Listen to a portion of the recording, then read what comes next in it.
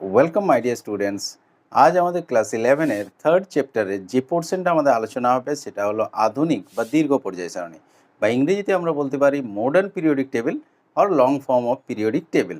দেখো, আজকের যে ক্লাসটায় এটাতে তোমাদের যেটা আধুনিক পর্যায় সারণী আছে, এখানে আমি একটা টাঙিয়েও রেখেছি। দেখো, আধুনিক পর্যায় সারণী দেওয়ালে সাটিয়ে রেখেছি। তো এই পর্যায় সারণীটাতে কিছু কিছু জায়গায় লাইটের রিফ্লেকশনের কারণে তোমাদের একটু চকচক করতে পারে, হয়তো ব্লার দেখাতে পারে। যাই হোক, একটু অ্যাডজাস্ট করে নেবে। তোমাদের বইয়ে তো এমনিতে পর্যায় সারণী আছেই, তোমরা তো দেখতেই পাবে বইতে।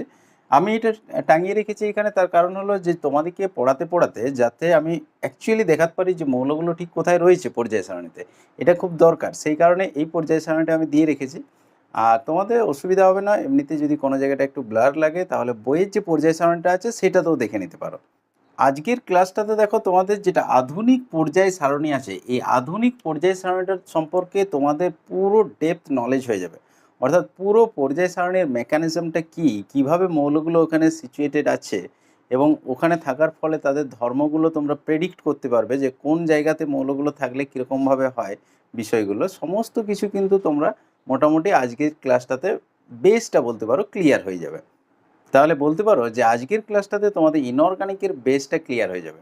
তাহলে আজকের ক্লাসটাও একটু মন দিয়ে শেষ পর্যন্ত দেখে নাও। প্রতিদিনের মতো আজকের ক্লাসটাও দেখো, খুব সহজ লাগবে তোমাদের, খুব সহজভাবে তোমাদেরকে বুঝিয়ে দেবো বিষয়গুলো। তাহলে প্রথমেই আমরা আসবো দেখো আধুনিক পর্যায় সূত্রের বিষয়ে, মানে আধুনিক পর্যায় সারণী দেখবো। তো তাহলে আধুনিক পর্যায় সূত্রটা কি আছে সেটা দেখবো। তার আগে আমরা দেখে নেবো যে মেন্ডেলিভ যে পর্যায় সূত্রটা দিয়েছিলেন সেটার থেকে এই আধুনিক পর্যায় সূত্র এটাতে আসার প্রয়োজন কি পড়লো। দেখো, মেন্ডেলিভ কি পর্যায় সূত্রটা দিয়েছিলেন এটা আগের দিনও আমি দেখিয়েছি, যে মৌলগুলির ভৌত ও রাসায়নিক ধর্মাবলী তাদের পারমাণবিক গুরুত্ব বৃদ্ধির সাথে সাথে পর্যায়ক্রমে পুনরাবৃত্ত হয়। এখানে যেটা গুরুত্ব দেওয়া হয়েছিল সেটা হচ্ছে পারমাণবিক গুরুত্ব। পারমাণবিক গুরুত্ব বলতে কী ছিল, যেমন হচ্ছে অক্সিজেনের যেটা আমরা প্রকাশ করে দেখবে 8 ও 16, তাই তো। তাই যে উপরের যে সংখ্যাটা এইটা হচ্ছে পারমাণবিক গুরুত্ব। পারমাণবিক গুরুত্বের আরও বেশ কয়েকটা নাম আছে, পারমাণবিক গুরুত্ব বা পারমাণবিক ভর বা পারমাণবিক ওজন, এগুলো সব হচ্ছে এই উপরের ভর সংখ্যাটাকে ডিনোট করছে। তাহলে মেন্ডেলিভ যেটা করেছিলেন সেটা হচ্ছে এই ভর সংখ্যা ধরে সাজিয়েছিলেন।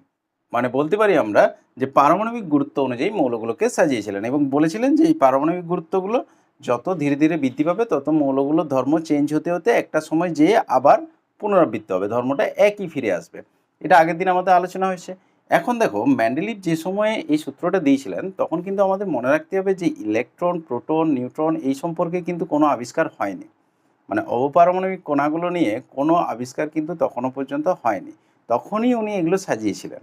কিন্তু পরবর্তীকালে কী হলো, রসায়নের অনেক অগ্রগতি হয়ে গেল এবং 1913-14 এরকম সালটাতে ইংরেজ বিজ্ঞানী মোজলে বলে একজন ইংরেজ বিজ্ঞানী, ইনি প্রমাণ করলেন যে মৌলের পারমাণবিক গুরুত্ব অপেক্ষা পরমাণু ক্রমাঙ্ক যেটা, এই যে নিচেরটা যেটা, এই নিচেরটা এটা হচ্ছে অনেক বেশি গুরুত্বপূর্ণ।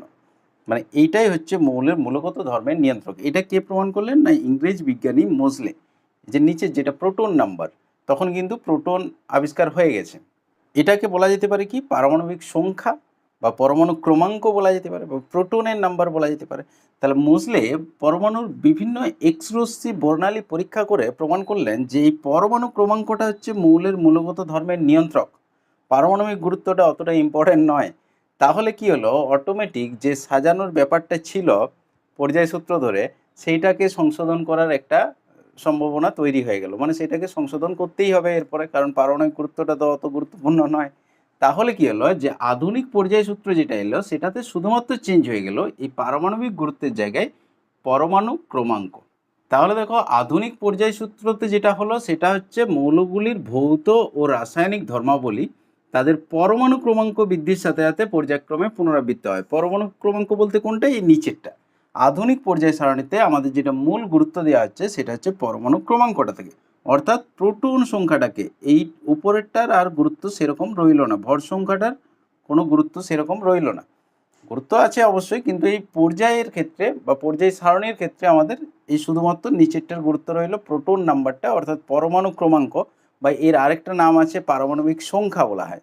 তাহলে ব্যাপারটা বোঝা গেল তো, যে আধুনিক পর্যায় সূত্র আর মেন্ডেলিভের পর্যায় সূত্রের মধ্যে এইটুকু শুধুমাত্র পার্থক্য। মেন্ডেলিভেরটা ছিল ভর সংখ্যা অনুযায়ী, অর্থাৎ পারমাণবিক গুরুত্ব অনুযায়ী, আর আধুনিক পর্যায় সূত্রটা হচ্ছে পরমাণু ক্রমাঙ্ক অনুযায়ী, অর্থাৎ এই যে নিচেরটা যেটা পরমাণু ক্রমাঙ্ক বা পারমাণবিক সংখ্যা বা প্রোটন নাম্বার আমরা বলতে পারি। তাহলে যেহেতু পর্যায় সূত্রটার আমাদের সংশোধন হয়ে গেল, তাহলে পর্যায় সারণীটারও সংশোধন কিন্তু অবশ্যম্ভাবী হয়ে গেল। মানে পর্যায় সারণীটাকেও সংশোধন করতে হবে। ম্যান্ডেলিফের যে পর্যায় সারণী ছিল সেটাকে চেঞ্জ করে আধুনিক পর্যায় সারণী তৈরি হলো। এটাই হচ্ছে আধুনিক পর্যায় সারণী। দেখো এখানে যেটা সাজানো হয়েছে এটাই হচ্ছে আমাদের আধুনিক পর্যায় সারণী। এটা নিয়ে ডিটেলসেই আসবো এরপর। তো যাই হোক, দেখো এই আধুনিক পর্যায় সারণীটা সাজানো হলো এমনভাবে যাতে ইলেকট্রন বিন্যাসের ভিত্তিতে সাজানো যায়, অর্থাৎ ইলেকট্রন বিন্যাসটাকে বেস করে সাজানো হলো এবং আধুনিক পর্যায় সূত্রটাকে মাথায় রেখেই কিন্তু সাজানো হলো। এটা দেখো খুব ইন্টারেস্টিং একটা ক্লাস হবে এবং তোমাদের বোঝারও প্রচুর জিনিস আছে, একটু ভালো করে বুঝবে। বুঝতে পারলে খুব সহজ লাগবে, আর এটা যারা বুঝতে পারে না সেই সমস্ত স্টুডেন্টদের খুব জটিলও লাগে। তাহলে একটু ভালো করে বুঝে নেবে, এখানে তো জানোই খুব সহজভাবে বোঝানো হয়। তা দেখো আধুনিক যেটা পর্যায় সারণী সেটার মধ্যেও কিছু পর্যায় আমরা দেখতে পাবো। এদিকে কিছু পর্যায় আছে আর কিছু শ্রেণী আছে, ঠিক আছে। ম্যান্ডেলিপে যেমন ছিল আমাদের 7টা পর্যায় আর তোমার 9টা শ্রেণী, এখানেও সেরকম আমরা দেখব যে পর্যায় আছে 7টা পর্যায় পাওয়া যাবে। আর শ্রেণী যদি আমরা দেখি, শ্রেণী পাবো মোটামুটি 18টা। শ্রেণীর সংখ্যা অনেক বেড়ে গেছে, দেখো 18টা। ম্যান্ডেলিপির পর্যায় সারণীতে দেখবে এক একটা শ্রেণীর মধ্যে দুটো দুটো করে সেই উপশ্রেণী ছিল। এখানে কিন্তু সেই সমস্ত ব্যাপার নেই, প্রত্যেকটা গ্রুপকে আলাদা করে দেওয়া হয়েছে। তার জন্য এর নাম্বারটা বেড়ে গেছে, ডবল হয়ে গেছে, 9 থেকে একদম 18 হয়ে গেছে শ্রেণীটা। তাহলে আধুনিক পর্যায় সারণীতে পর্যায় হচ্ছে 7টা আর শ্রেণী হচ্ছে 18টা। আমরা ধীরে ধীরে এরপর পর্যায়গুলো নিয়ে আলোচনা করে নেবো, তারপর লাস্টে শ্রেণী নিয়ে আলোচনা করবো। শ্রেণীটা খুব সহজ জিনিস, পর্যায়টা একটু ভালো করে বুঝে নাও। তাহলে দেখো প্রথমে আসছি পর্যায়গুলোতে। পর্যায় হচ্ছে আমাদের 7টা, অলরেডি আমরা বলেছি, এবং এই 7টা পর্যায়কে 1 2 3 4 5 6 7 এইরকম সংখ্যা দ্বারা নাম্বারিং করা হয় এবং এগুলো হচ্ছে সব অনুভূমিক, তাই তো। অনুভূমিক যেগুলো থাকে সারিগুলো সেগুলোকে আমরা পর্যায় বলছি। এখন পর্যায় সারণীতে যদি আমরা দেখি, এই দেখো 1 2 3 4 5 6 7 7টা পর্যায় এখানে দেখানো হয়েছে, ঠিক আছে। এগুলো হচ্ছে আমাদের পর্যায়, যেগুলো অনুভূমিকভাবে গেছে এগুলোকে পর্যায় বলা হয়। এবং কোনো একটা নির্দিষ্ট পর্যায়ে, ধরো 1 নম্বর পর্যায়ে যে মৌলগুলো স্থান পাচ্ছে সেটা কিভাবে বুঝবে যে কোন মৌলগুলো স্থান পাবে না, তার ইলেকট্রন বিন্যাস যদি করো এবং তার যেটা সর্ববহিস্থ কক্ষ হবে সেই কক্ষের সংখ্যাটা, লাস্ট কক্ষটা, তার যেটা লাস্ট কক্ষ আসবে সেই লাস্ট কক্ষের সংখ্যাটা এর আর এই পর্যায়ের যে সংখ্যাটা সেটা কিন্তু একই হবে। অর্থাৎ লাস্ট কক্ষর যে সংখ্যাটা সেটাই হবে তার পর্যায়ের সংখ্যা। বোঝা যাচ্ছে ব্যাপারটা? কোনো একটা পরমাণুর যদি লাস্ট কক্ষ হয় 3 নাম্বার, তাহলে সে তৃতীয় পর্যায়ে স্থান পাবে। যদি কোনো একটা পরমাণুর লাস্ট কক্ষ হয় 1 নাম্বার, যেমন হাইড্রোজেনের ক্ষেত্রে আমরা যদি দেখি, হাইড্রোজেনের ইলেকট্রন বিন্যাস 1s1, তাই তো। মানে এসেই একটা ইলেকট্রন আছে, এটা অলরেডি আমরা জানি। তাহলে এর একটাই কক্ষ দেখো 1 নম্বর, তাহলে লাস্ট কক্ষ এর 1, তাহলে এর যেটা পর্যায় হবে সেটা হচ্ছে 1। আবার যদি কারো ধরো লাস্ট কক্ষটা 3 আসে তাহলে তার পর্যায় হবে 3, যদি 4 আসে তাহলে 4। অর্থাৎ কোনো একটা মৌলের যেটা লাস্ট কক্ষ থাকবে, যেমন সোডিয়ামের আরেকটা আমি দেখিয়ে দিচ্ছি, ধরো সোডিয়াম 11, তাহলে এর ইলেকট্রন বিন্যাস করলে 1s2 2s2 2p6। ইলেকট্রন বিন্যাস তো অলরেডি তোমরা জানো, তাই তো, আগে তো করানো হয়েছে, আমার এখানে দেখবে ভিডিও দেওয়া আছে আমার চ্যানেলটাতে, তাহলে ওটা দেখে নেবে যদি কেউ না জানো। ইলেকট্রন বিন্যাস খুব সহজেই শিখে যেতে পারবে।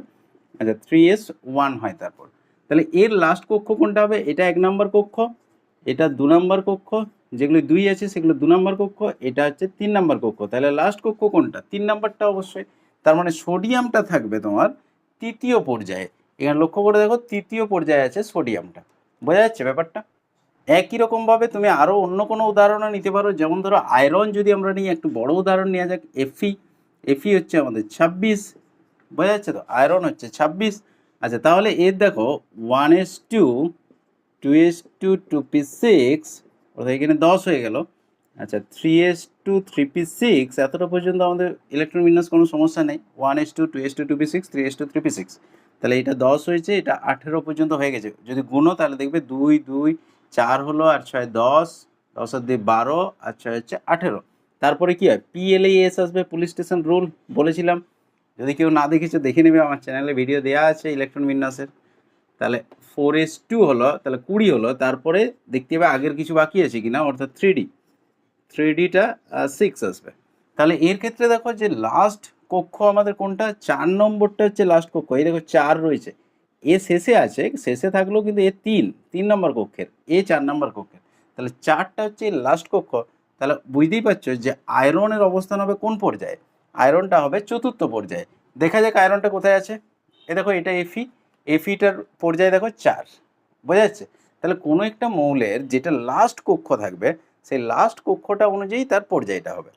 আর কোনো একটা পর্যায়ে কতগুলো মৌল থাকবে সেটা কার উপর নির্ভর করছে, সেটা কিভাবে বুঝবে যে কতগুলো মৌলকে আমাকে সাজাতে হবে?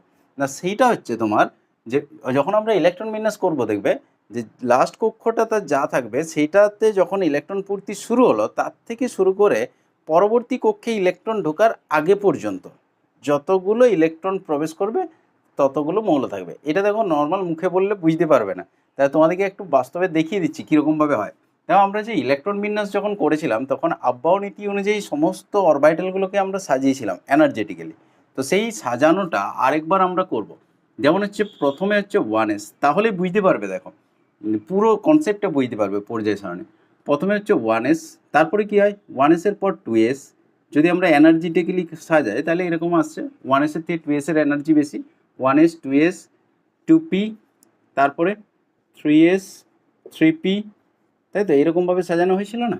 আচ্ছা 1s 2s 2p 3s 3p পর্যন্ত কোনো আমাদের সমস্যা নেই। তারপরে আমাদের পুলিশ স্টেশন রুল লাগাতে হবে, তাই তো? পুলিশ স্টেশন রুলটা আমি দিয়েছি, দেখবে ভিডিও। আচ্ছা পি এলেই তার মানে এস আসে, পুলিশ স্টেশন রুলটা কি পি এলেই এস আসবে, পিএস রুল যেটাকে বলাচ্ছিল।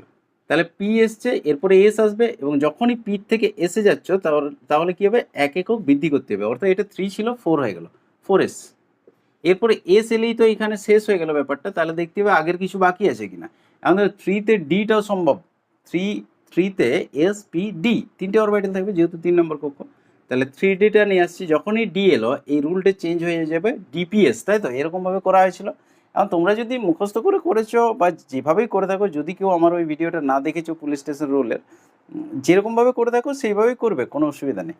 আমি জাস্ট ওইটা তোমাদের সুবিধার জন্য বলেছিলাম।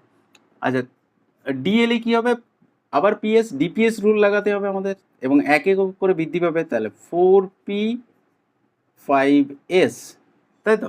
এরকম ঘটনাটা ঘটছে। আচ্ছা এস এলেই তারপরে কী হবে, দেখতে হবে আগের কিছু বাকি আছে কিনা। দেখো 3 তো 3টেই হয়ে গেছে, 4-এর এস পি হয়েছে, ডিটা হয়নি এখন, তাহলে 4d। তারপরে কী হয় নিজেরাই বুঝতে পারছো, এগুলো ভালো করে প্র্যাকটিস করেছো তো?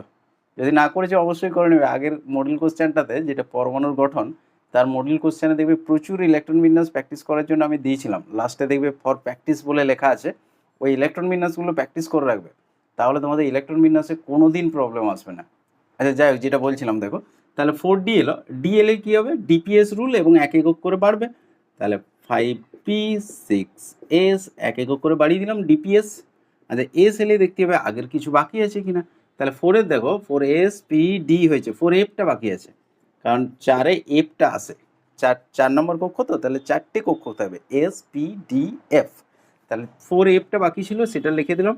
আচ্ছা এফ এলেই তখন আমাদের রুলটা আবার এফডিপিএস হয়ে গেল, ঠিক আছে? এদেরকে ইনক্লুড করতে হবে, এটাই সম্পূর্ণ, আর কিছু ইনক্লুড করতে হবে না। আচ্ছা তাহলে এফডিপিএস এক একক করে বাড়াও, 5d 6p 7s, এভাবে পরপর যাবে। নেক্সট আবার দেখতে হবে আমাদের আগের কিছু বাকি আছে কিনা, যেহেতু এস চলে এসছে। এখন দেখো 4-এর এফ পর্যন্ত আমাদের হয়ে গেছে, 5-এর দেখো 5p এখানে 5d পর্যন্ত হয়ে গেছে, তাহলে 5-এরও এফ পাওয়া যাবে, তাহলে 5f এখানে বসিয়ে দেওয়া হলো। 5f-এর পরে আবার এফডিপিএস রুল লাগাও এখানে, এবং এক একক করে বৃদ্ধি করো, তাহলে 6d 7p 8s, কিন্তু 8s-এর দরকার নেই, কারণ আমাদের 8 নম্বর পর্যায় তো নেই। পর্যায় সারণী যদি দেখো তাহলে দেখবে 7 নম্বর পর্যন্ত লাস্ট আছে, 8 নম্বর পর্যায়ে নেই, তার জন্য এই টেস্টটা আমাদের আর লাগাতে হবে না। এই রুলটা দিয়ে যত খুশি তুমি মৌলের দিকে চলে যেতে পারো, যে মৌলগুলো এখনও আবিষ্কার হয়নি সেগুলোরও ইলেকট্রন বিন্যাস করে দিতে পারবে, কিন্তু আমাদের দরকার নেই এখন। তাহলে দেখো যতটা পর্যন্ত আমাদের প্রয়োজন হয়, অর্থাৎ 7টা পর্যায় পর্যন্ত আমাদের পুরো কক্ষগুলোকে সাজিয়ে নেওয়া হয়েছে এনার্জেটিক্যালি।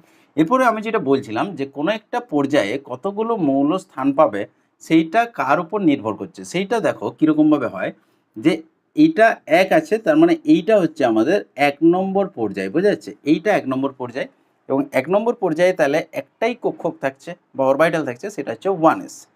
1 নম্বর পর্যায়ে আমি সাথে সাথে দেখিয়েও দিচ্ছি। তাহলে ফার্স্ট যে পিরিয়ডটা আমরা পাচ্ছি, ফার্স্ট পিরিয়ডে অর্থাৎ প্রথম যে পর্যায়ে আমরা পাচ্ছি, তাতে একটাই অরবিটাল থাকছে 1s, তাই তো? এখন 1s-এ কতগুলো ইলেকট্রন থাকতে পারে, এসে ম্যাক্সিমাম 2টো ইলেকট্রন থাকতে পারে, তাই তো? তার মানে এর ক্ষেত্রে মৌল সংখ্যা আসবে 2টি, 2টো মৌল ম্যাক্সিমাম থাকবে, কারণ ওই যে অরবিটালগুলো থাকছে ওই পর্যায়ে সেই অরবিটালগুলোতে ইলেকট্রন যতগুলো ধরবে ততগুলোই মৌল থাকবে। দেখো প্রথম পর্যায়ে আমরা যদি দেখি তাহলে হাইড্রোজেন আর হিলিয়াম দেখো দুটো মৌলই শুধুমাত্র আছে এবং এসটাই শুধু ভর্তি হয়েছে, দেখবে 1s-টাই ভর্তি হয়েছে। হাইড্রোজেনের ক্ষেত্রে আমরা কি দেখব 1h1, তাই তো? তাহলে হাইড্রোজেনের পরমাণু ক্রমাঙ্ক হচ্ছে 1, তাহলে 1s1 হচ্ছে। আর হিলিয়ামের যদি আমরা দেখি হিলিয়ামের হচ্ছে 2, তাহলে 1s2। অর্থাৎ শুধু দেখো এসটাই ভর্তি হয়েছে এবং দুটোর ইলেকট্রন বিন্যাস এরকম। নেক্সট আমরা দ্বিতীয় সেকেন্ড যে পিরিয়ডটাই যখন চলে আসবো, অর্থাৎ দ্বিতীয় আমরা যখন পর্যায়টাতে চলে আসবো দেখো, তখন এই 2 নম্বর থেকে ইলেকট্রন ভর্তি শুরু হবে। ঠিক আছে, যে পর্যায়ে হবে সেই লাস্ট কক্ষটাতে ইলেকট্রন ভর্তি যখন শুরু হচ্ছে সেটার থেকে দ্বিতীয় পর্যায়ে শুরু হয়ে যাচ্ছে। যখনই 2s-এ ইলেকট্রন ঢুকছে, মানে এই হিলিয়ামের পরে যখনই আরেকটা ইলেকট্রন থাকবে 2s-এ ঢুকবে, তখনই আমার দ্বিতীয় পর্যায়ে স্টার্ট হয়ে যাচ্ছে। এবং কতদূর চলবে?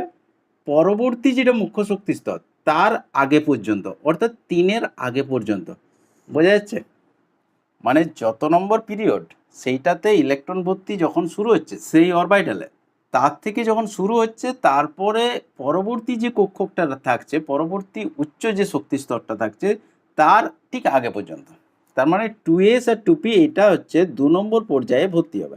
এখানে যে যে অরবিটালগুলো ভর্তি হবে সেটা হচ্ছে 2s আর 2p। তাহলে কতগুলো মোট মৌল থাকবে? মানে বুঝতে পারছো তো ব্যাপারটা? প্রথম মৌলটার ক্ষেত্রে কি হবে, 2s1 দিয়ে স্টার্ট হবে, এই পর্যায়টা স্টার্ট হবে 2s1 করে। তারপর একে একে আরও ইলেকট্রন ভর্তি হবে, অর্থাৎ 2s2 হবে, তারপর 2s2 2p1, 2s2 2p2, 2s2 2p3, 2s2 2p4, এরকম পরপর যে 2s2 2p6 পর্যন্ত যাবে। কারণ এসে ম্যাক্সিমাম দুটো থাকতে পারে, পি এ ম্যাক্সিমাম 6টা থাকতে পারে। তাহলে মোট কতগুলো মৌল থাকতে পারে আমাদের এখানে, কতগুলো ইলেকট্রন ভর্তি হচ্ছে দেখো, তাহলে 2 + 6 মানে 8টা। তার মানে 8টা মৌল এখানে আমাদের থাকতে পারে। ব্যাপারটা বোঝা যাচ্ছে? এবং প্রথম মৌলটার ইলেকট্রন বিন্যাস কেমন হবে? 2s1 দিয়ে স্টার্ট হবে। যদি দেখে নাও তাহলেও দেখতে পাবে 2s1 দিয়ে স্টার্ট হচ্ছে। যেমন হচ্ছে প্রথম মৌলটা আমরা কাকে পাবো, যে হিলিয়ামের পরে যে আছে দেখো লিথিয়াম 3 নম্বর দিয়ে শুরু হচ্ছে দেখো 1s2 2s1, লাস্ট কক্ষটা দেখো 2s1। ভিতরের কক্ষটা না দেখালেও চলে, এটা ডট ডট দিয়ে দিলেও চলে।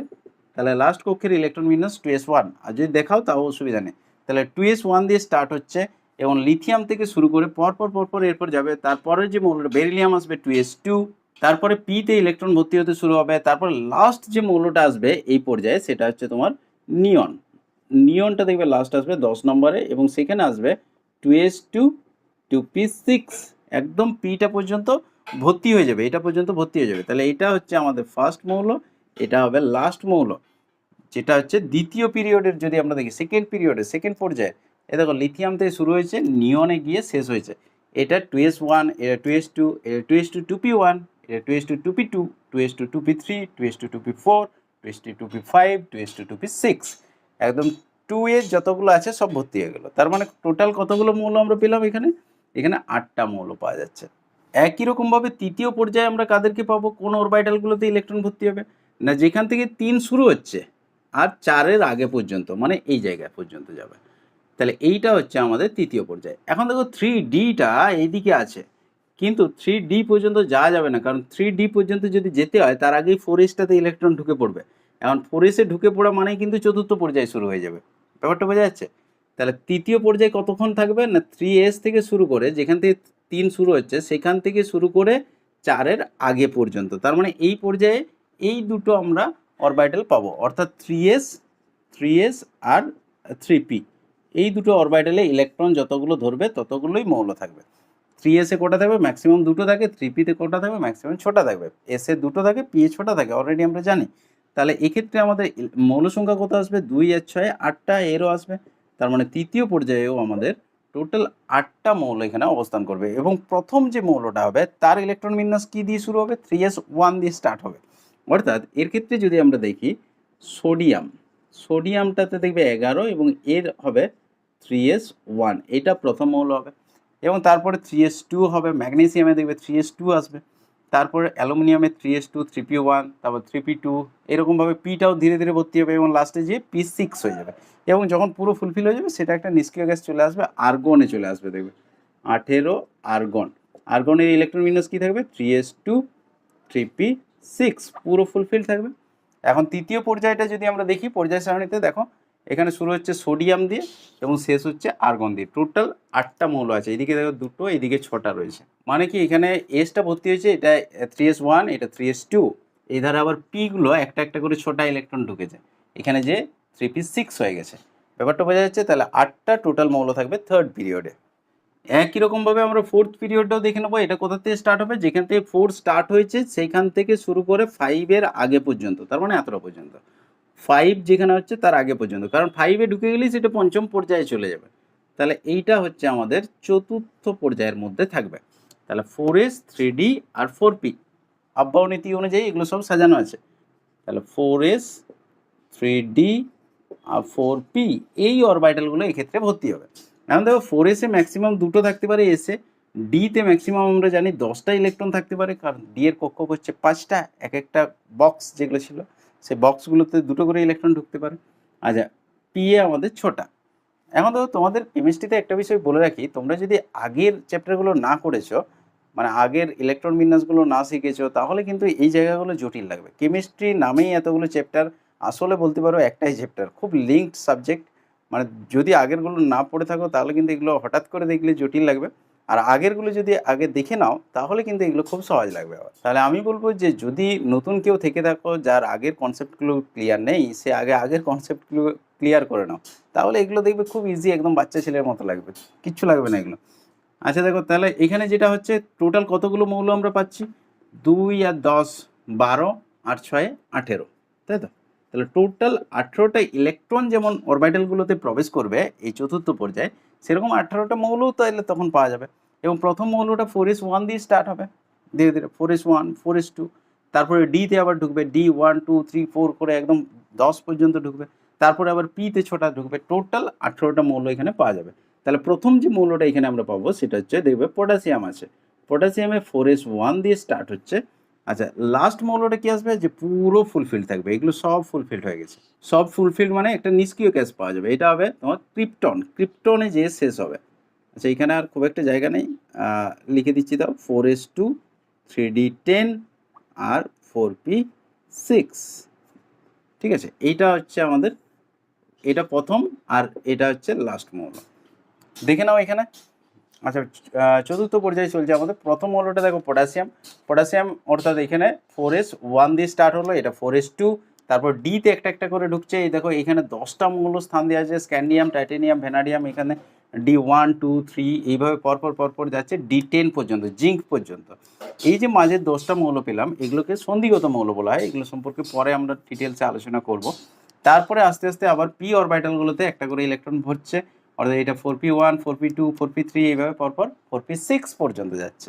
তার মানে ব্যাপারটা বোঝা যাচ্ছে, যেরকম যেরকম অরবিটালে ইলেকট্রন ভর্তি হচ্ছে সেরকম সেরকম একটা করে মৌলও নতুন নতুন পাওয়া যাচ্ছে।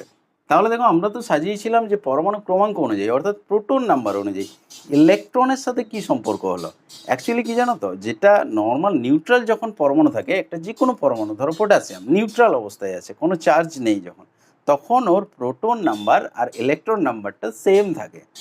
ব্যাপারটা বোঝা যাচ্ছে? এই জন্য যখন প্রোটন নাম্বার ধরে আমরা সাজাচ্ছি, তবুও ইলেকট্রন বিন্যাসের সাথে খুব বেশি সামঞ্জস্য আমরা পেয়ে যাচ্ছি। যদি এ চার্জগ্রস্ত হতো, ধরো K+ হতো, সেক্ষেত্রে প্রোটন নাম্বার আর ইলেকট্রন নাম্বার কিন্তু সেম হতো না। যেহেতু নর্মাল পরমাণু, তার জন্য প্রোটন নাম্বার আর ইলেকট্রন নাম্বারগুলো সেম হয়, তার জন্য ইলেকট্রন বিন্যাসের সাথে পুরো পর্যায় সারণীটার সাদৃশ্য দেখা যায়। কারণ পর্যায় সারণীতে সব নর্মাল পরমাণুগুলোকেই কিন্তু সাজানো হয়েছে, এখানে কোনো চার্জগ্রস্ত অবস্থাটাকে দেখানোর ব্যাপার নেই। তাহলে দেখো আগের যে দুটো পর্যায় ছিল তার থেকে এর 10টা ইলেকট্রন বেশি ঢুকলো, মানে 10টা মৌলও বেশি ঢুকলো। আগেরগুলো দেখবে 8 করে এসেছিলো, প্রথমটাই 2, তারপরে 8, এটাই দেখো 18 হয়ে গেছে। আচ্ছা, নেক্সট এরপরে ফিফথ পিরিয়ডেও আমরা চলে আসছি। ফিফথ, এরপরে আশা করি তোমরা বুঝতে পেরে গেছো ব্যাপারটা কীরকমভাবে চলছে। তাও একবার দেখে নাও, বাকি দুটো প্র্যাকটিস করে নাও একটু।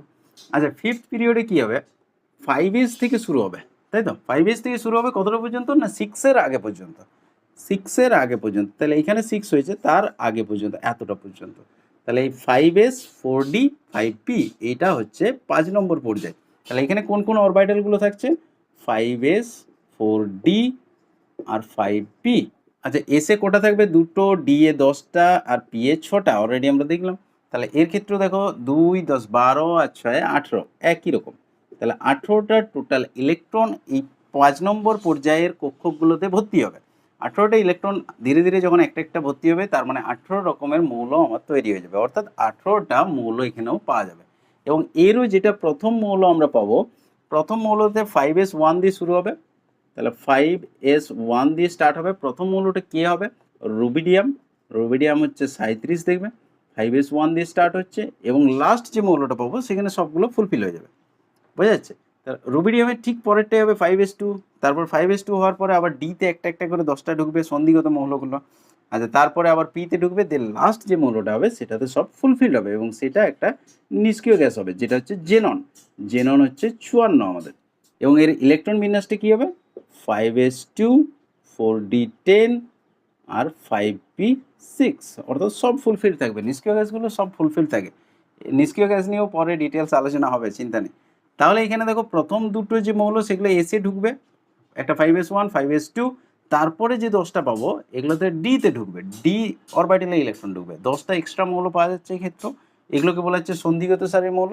এটা পর্যায় সারণীতে দেখে নাও 5 নম্বর পর্যায়ে। তাহলে প্রথমেরটা রুবিডিয়াম 5s1, ট্রনসিয়াম 5s2, তারপরে ইট্রিয়াম থেকে যখন আমরা শুরু করছি এখানে ডি অরবিটালে ইলেকট্রন ঢুকতে শুরু হয়ে যাচ্ছে। ইট্রিয়ামে হচ্ছে 5s2, 4d1 আসবে, এখানে 4d2, 4d3, এভাবে একদম 4d10 পর্যন্ত, ক্যাডমিয়াম পর্যন্ত যাচ্ছে। তাহলে এইগুলো হচ্ছে ডি অরবিটালে ইলেকট্রন প্রবেশের ফলে এই মৌলগুলো আসছে। তারপরে পি অরবিটালগুলো ভর্তি হচ্ছে, এবং লাস্টে যে ফুলফিল হয়ে যাচ্ছে জেননে, বোঝা যাচ্ছে? এক্সি বা জেনন। নেক্সট আমরা 6th পিরিয়ডটাও দেখে নেব, ষষ্ঠ পর্যায়ে।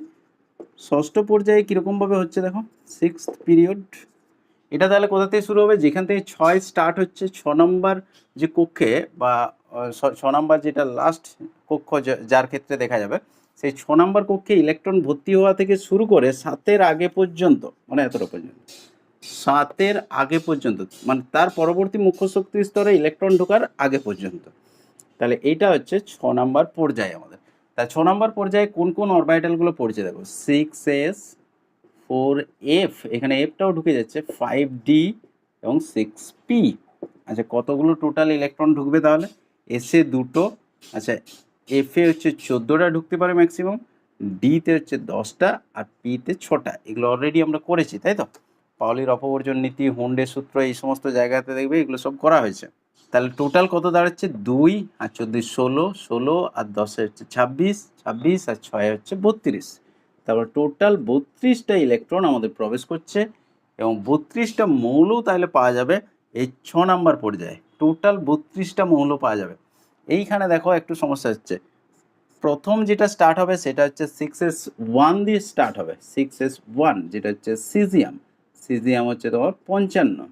তারপরেরটা যেটা হবে সেটা হচ্ছে 6s2, তাই তো? এইটা আমি দেখিয়ে দিচ্ছি একটু। সিজিয়ামের পরে দেখবে পাবে বেরিয়াম। বেরিয়ামের ক্ষেত্রে আমরা পাবো 6s2, বোঝা যাচ্ছে?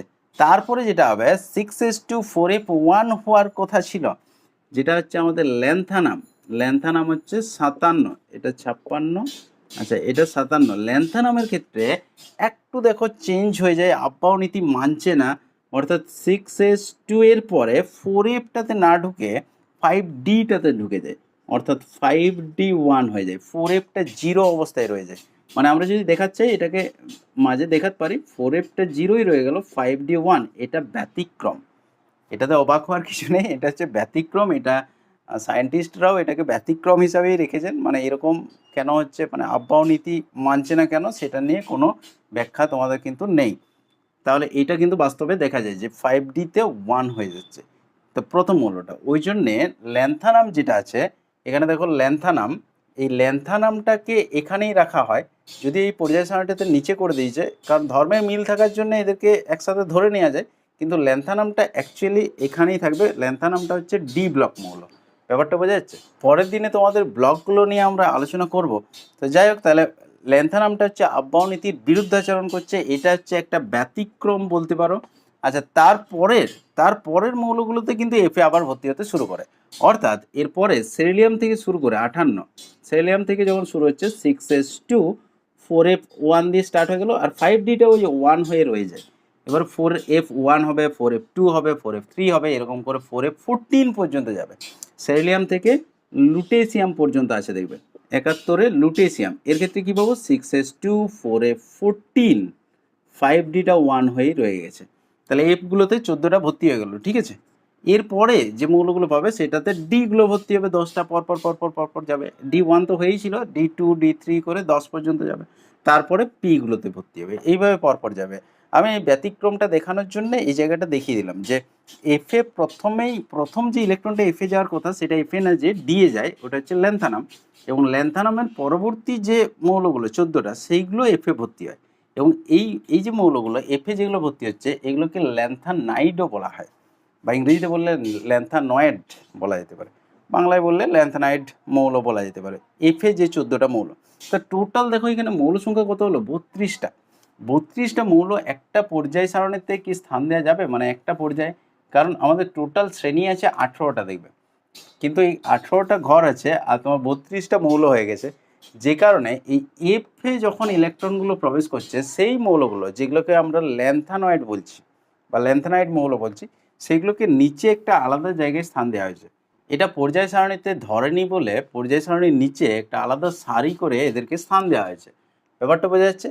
যেগুলো ল্যান্থানয়েড মৌল, যেগুলো এফে ভর্তি হওয়ার জন্য যে মৌলগুলো পাওয়া যাচ্ছে সেলিয়াম থেকে লুটেসিয়াম পর্যন্ত, এই যে দেখো এই জায়গাটা, মানে ল্যান্থানামের পর থেকে যে মৌলগুলো যেগুলো এফে একটা একটা করে 14টা ইলেকট্রন প্রবেশ করেছে, তারপরে যে ডি এ 10টা ঢুকছে সেই ডি এর 10টাকে এখানেই রাখা হয়েছে, পি এর 6টাকে আবার এখানেই রাখা হয়েছে, লাস্টে যে রেডনে গিয়ে শেষ হচ্ছে যখন পুরো ফুলফিলড হয়ে যাচ্ছে।